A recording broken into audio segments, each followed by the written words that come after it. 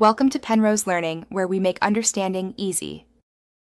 You start by powering down and unplugging the amp for safety, then verify speaker impedance and wiring quickly. Once done, visually inspect cables for frays and loose connectors, and correct any reversed polarity so positive to positive matches.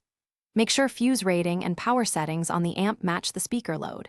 If not, replace with the correct fuse. You'll move fast now because these basic checks prevent damage and set a stable foundation for the next steps.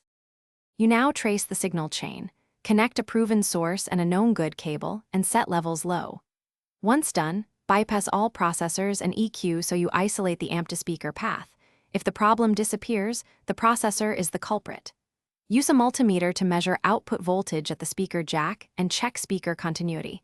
This confirms the amp is delivering signal and the speaker coil isn't open. Make small adjustments and listen for changes as you go. You finish by carefully setting gain, crossover, and limiter to protect speakers while restoring full output. Raise levels slowly and listen for distortion or clipping. If output still sounds weak, swap the speaker to another amp channel or swap speaker cables to isolate which component fails. Once you identify the faulty part, replace or repair it. If hum or intermittent noise persists, check grounding and try a ground lift or die box. This single tip often resolves noise-related output problems. Thanks for watching. If this was helpful, leave a like and consider subscribing. See you next time.